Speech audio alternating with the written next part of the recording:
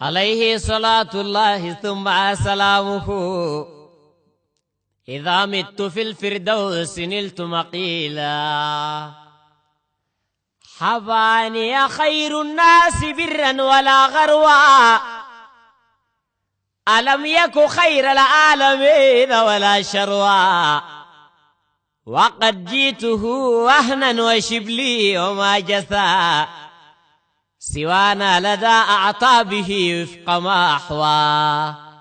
فخاطبت محبوبي وكدت لقربه إخال لقاء خير الورى نلته صفوا فقلت وإني مغرق في وداده سلام على من يركب الطرف والقسوى توهمت أني قد مسست محمدا وآنقني جهرا وطاب لي المصوى صلاة على خير الخلائق مصطفى البرايا الذي قد حطم الظلم والبلوى سلام عليه من خديم متيم من أقصى بلاد الغرب للمصطفى المأوى عليك صلاة الله ثم سلامه حياتي لا تأثيم فيها ولا لغوا عليك صلاة الله ثم سلامه فحبي دواما للأمين ولا لهوا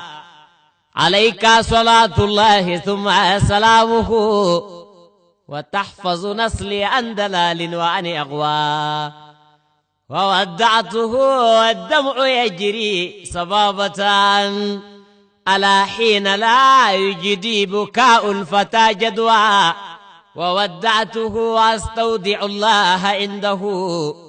شهادة حق أرفض الشرك والأهواء وأشهد أن الله لا رب غيره وطه إمام المصطفى سند الأقوى فما شاقني ربع بعيد فراقه ولا شاقني نجد ولا شاقني أروى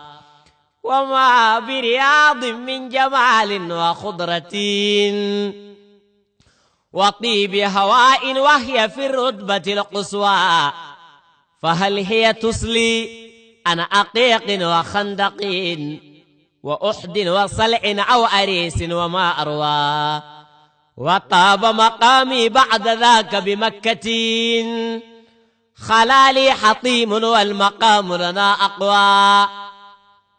حلالي سجود عند بابك خاشعا أسائل ربا جل شأن لنا أفوى أقبل يمنى الحق جل جلاله لأحظو السبل المصطفى الهاشمي حظوا لزمزم للميزاب للحجر للصفا صفا لي أوقاتي بجهري والنجوى أردد ذكر الله لا شيء غيره أمامي وخلفي مثل من حقق المحوى وأسأله سترا وعفوا وتوبة وصونا وتوفيقا وصونا عن العصوى وأسأله سترا وعفوا وتوبة وهديا وتوفيقا وصونا عن العصوى ونيل قبول منه والفوز والرضا ورؤيته وسط الجنان كما أهوى وإن الذي قد رد طه لأمه وإن الذي رد الكليم لأمه سيرجع إبراهيم للمصطفى المأوى صلاة وتسليم على طه أحمد صلاة وتسليم على خير حاشمين صلاة وتسليم يفيض بها الجدوى على أحمد المختار أزكى صلاته